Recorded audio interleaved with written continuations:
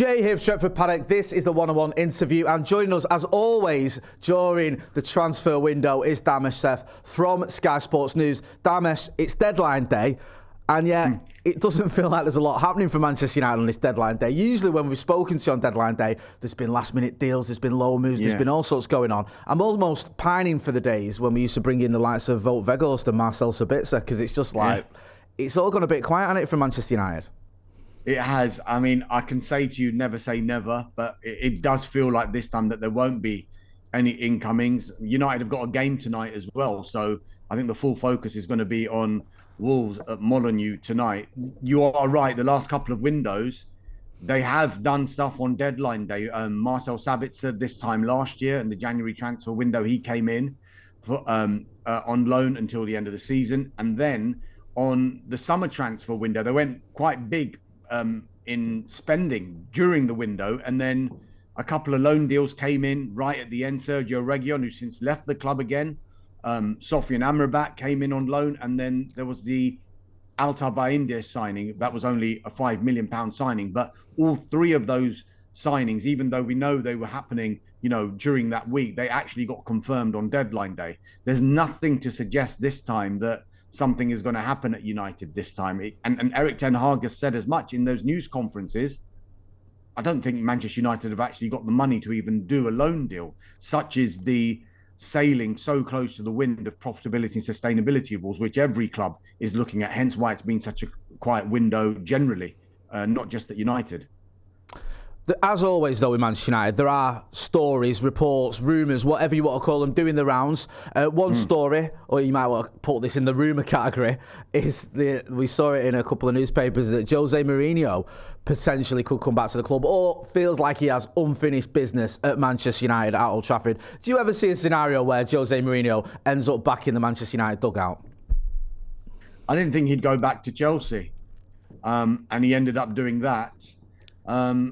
I think the story is that he's told friends he's got unfinished business there. I mean, there's one thing having unfinished business, there's another thing actually a deal like that coming to fruition. It would be, that would be an incredible story if that was to actually happen. I'm told, though, that he does know and he's quite close to the minority investors in INEOS. So he does know them, and there might be a relationship there. Whether that's enough for them to say, oh, come back and manage Manchester United is another thing. And you've also got to realise that INEOS, at the moment, they're trying to recruit top down, aren't they? So they've got their chief executive in Omar Berrada in.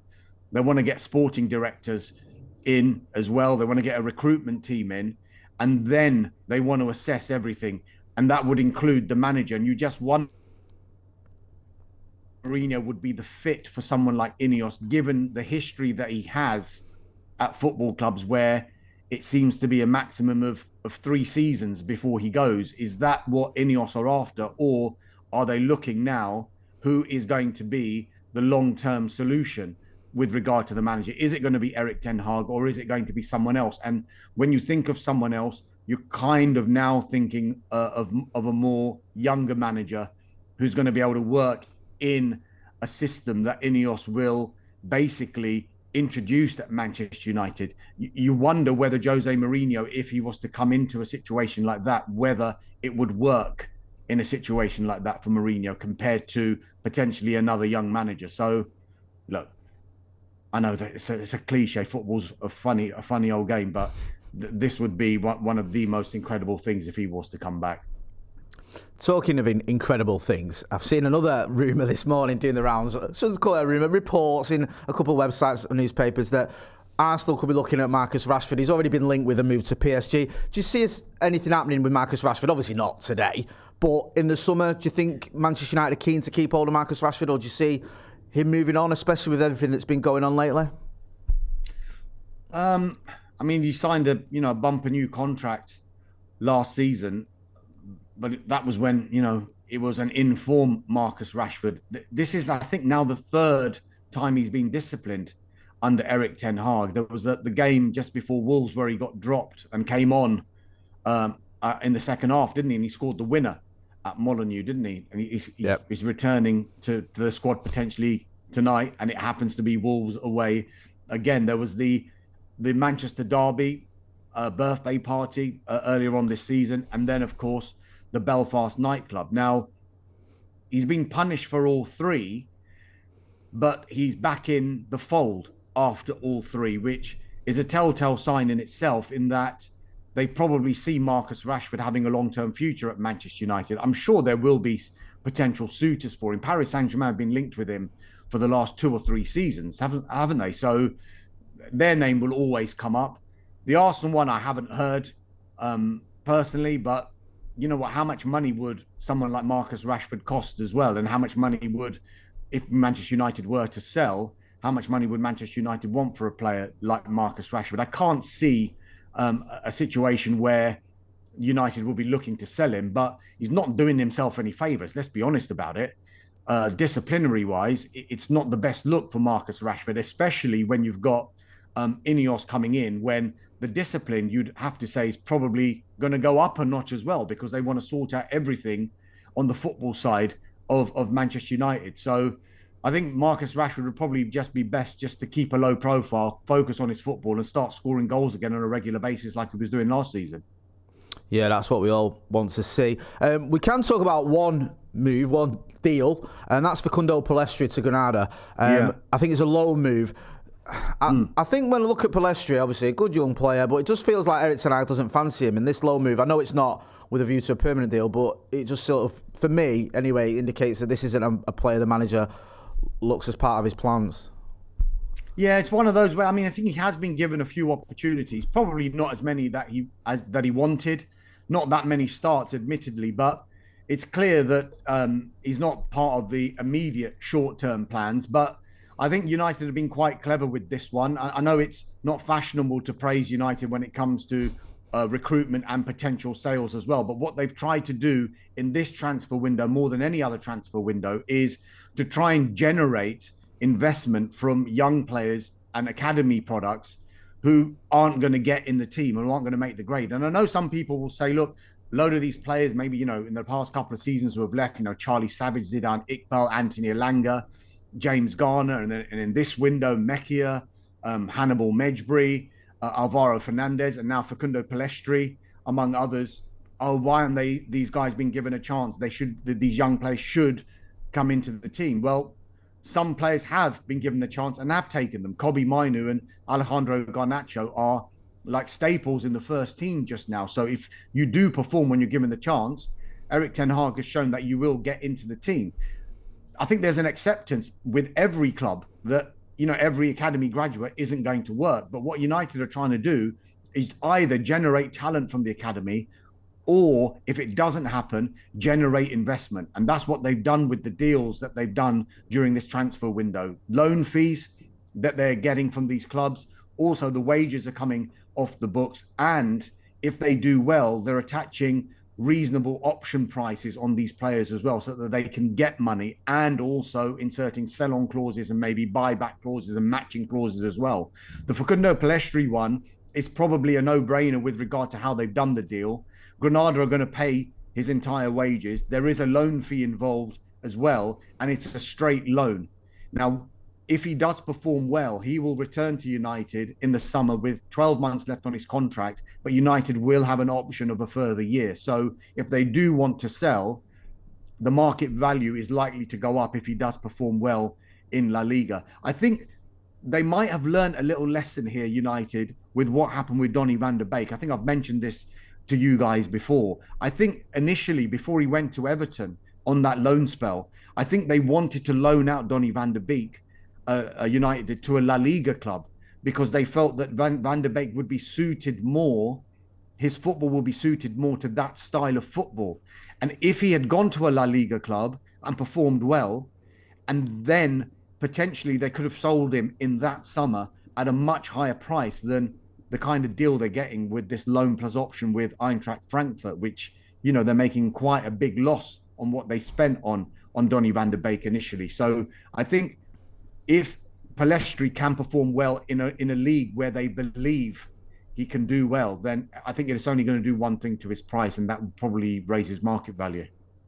Yeah, definitely. That makes sense. I know, obviously, with Pellistri, it's slightly different because we brought him in. We bought him, but when you mentioned earlier about the academy academy graduates we've been loaning out and moving on. There's been a couple of names mentioned as well with Forson and Isaac Aaron Hansen, who also could be potentially moving on. I just want to talk to you about the summer because we know, as you've said, not much happening in January. A lot of United fans like myself, we're looking at summer and say, surely United have got to be doing some business in the summer. We have been linked with Jared Branthwaite from Everton. We know we've obviously got issues in attack with a lack of real options.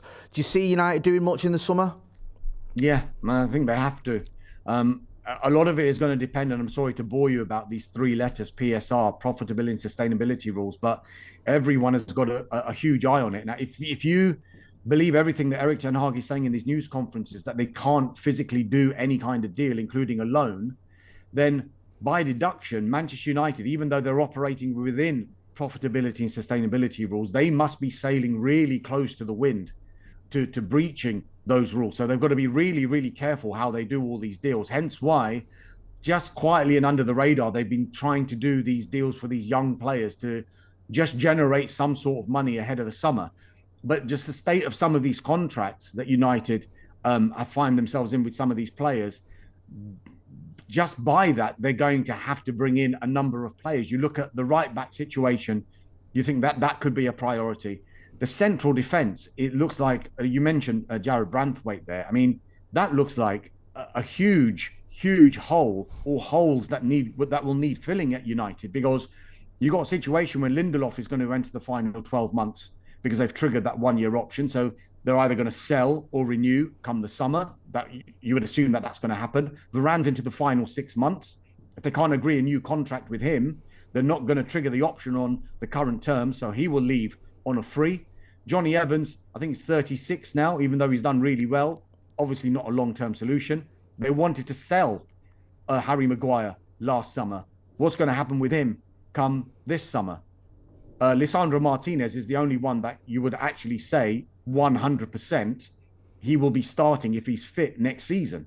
All the rest of them, there's question marks over all of them. And then you're going to start thinking, right, yeah, Kwambala's come in and done well, but he's still a young player. You would like to think that if United are thinking about first choice centre-back partnerships, they'd want him to be someone that can come in, maybe League Cup ties and just bed him in while a first choice partnership is in the Premier League and potentially if they qualify for European football. So you would think they'd need to recruit in that area, Manchester United, just simply because of some of the contract situations that they find themselves in. Sofian Amrabat, the way it's gone for him so far, I mean, I don't know for 100%, but it doesn't look likely that they're going to exercise the option on him. So you would assume that a central midfielder is another area that they're going to have to look at. Casemiro, there's question marks over his future.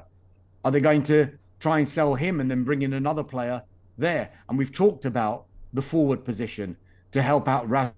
So if you look at all of those positions, what would be the priority? What would Manchester United need to do? I'll probably ask you this question when you've heard all of what I've said just there. What would they need to do as the number one priority position ahead of next season? I mean, looking at it now, I know we're talking about, they need to bring a forward in, but given all these contract situations, I'm thinking central defence is going to be one of the big priorities. Yeah, I think you're right. I think, you look at the attacking, the fact that we're so heavily reliant on Rasmus Højlund. There's obviously issues. Andy Martial is probably going to go in the summer anyway. Marcus Rashford down the middle, I'm not a big fan of. So attack-wise, yeah, and you've just listed it there, all the different sort of issues, if I can use that word, with the centre-backs as well. So, yeah, you make a good point. I mean, it's a very difficult decision that United have got to make, and the trouble is, when Manchester United come looking at players, the prices go up as well. I just want to ask you one final question. You touched earlier on about sort of Jose Mourinho, and how that's highly unlikely. But just in terms of INEOS and the plan, we don't seem to know much about Erik ten Hag, what they're thinking is behind Erik ten Hag. Obviously, Sir Jim Ratcliffe was very coy about his conversations with Erik ten Hag when he did speak to the media. Have you had any indications yet as to what INEOS are thinking when it comes to the managerial position next season? I think what they're thinking is, let's get the structure right first.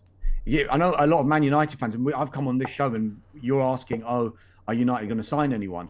I don't think that is the number one priority for INEOS in this January transfer window. All they're looking at is get the structure of the club right, first of all. And what have they done? I mean, the big signing that they've made is Omar Berrada, and he's right at the top of the football operations now. He's the chief executive of Manchester United Football Club. The next issue is going to be sporting director or sporting directors.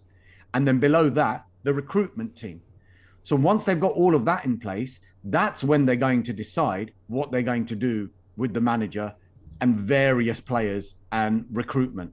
I don't think there's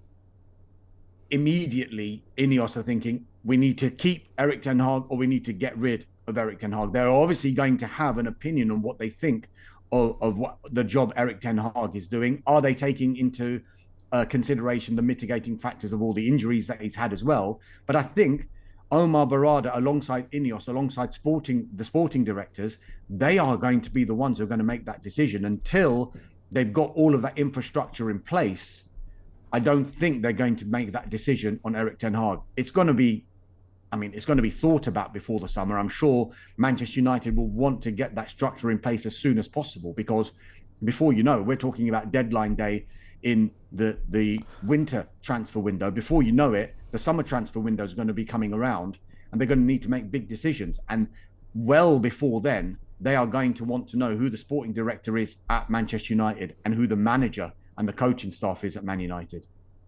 Forgive me, I did say that was my final question, but you've led me to another one. Sporting director, any indication as to that could be? We keep hearing a couple of names. Paul Mitchell seems to be one that keeps getting thrown about quite a lot, and he's a lot of the fans a sporting director, if you will, that the fans are aware of, and has a sort of a very good CV. Are there any names there that you can see coming in, or do you think it's a case of they're still sort of making a decision or keeping it a bit under wraps? Yeah, I mean, same as the noises you're hearing, like Paul Mitchell. Dan Ashworth has been mentioned quite a lot as well. There's even been talk of Dougie Freedman maybe having a role at Manchester United. The information we're kind of getting is it might not necessarily be just one sporting director. That could happen, of course, but it could be one or two, or, you know, a sporting director that works under Omar Berrada and then another assistant sporting directors working below the one that they believe to be the one that's going to drive recruitment and drive managerial changes, if there is to be managerial changes. So I think that, above anything else, is going to be probably one of the most important decisions that Manchester United have to make, because simply they just haven't addressed that issue. They haven't even had a sporting director. They felt, you know, when Sir Alex Ferguson left, that was the way that football clubs are run. But people are now seeing, if they didn't see it then, that Sir Alex Ferguson was completely unique alongside David Gill. Nobody really, a big football club doesn't really run in that way anymore. It was like almost like a one-off freak that United managed to do that in that way, to have a manager in such total control of everything that was going on at that football club. And he earned that, didn't he? Because he was there for so long, having all that success. You can say it is, to a lesser extent, the likes of Jurgen Klopp and Pep Guardiola. They obviously are going to have more say the longer that they've been there on recruitment, but still, they will still have the sporting director and the recruitment team there. They didn't seem to have that kind of structure in place at Manchester United, and you can see what's happened with Erik ten Hag, because it seems that he's been choosing the players. I don't think that's sustainable, and I think that's what INEOS are going to cut straight away. That can't be allowed to continue. No, I completely agree, and I think it sort of pains me the fact that we've been waiting for basically 11 years to get a proper structure in place ever since Sir Alex Ferguson retired. Dharmesh, it's always a pleasure chatting to you. Even though you're not giving me the news that I wanted you to come in here and tell me, no, Jay, United are doing a last-minute bid for a load of new players, but I get it. You've got to be honest, and it just looks like it's going to be a bit of a quiet one. Not for us, not for you anyway, I should say. I'm sure you've got a busy day ahead of you, but always a pleasure chatting to you. And no doubt in the summer, we'll pick it up there, and hopefully there'll be a few more signings coming in than there has been in this January window. Thanks for chatting to us, Dharmesh. No problem, pleasure.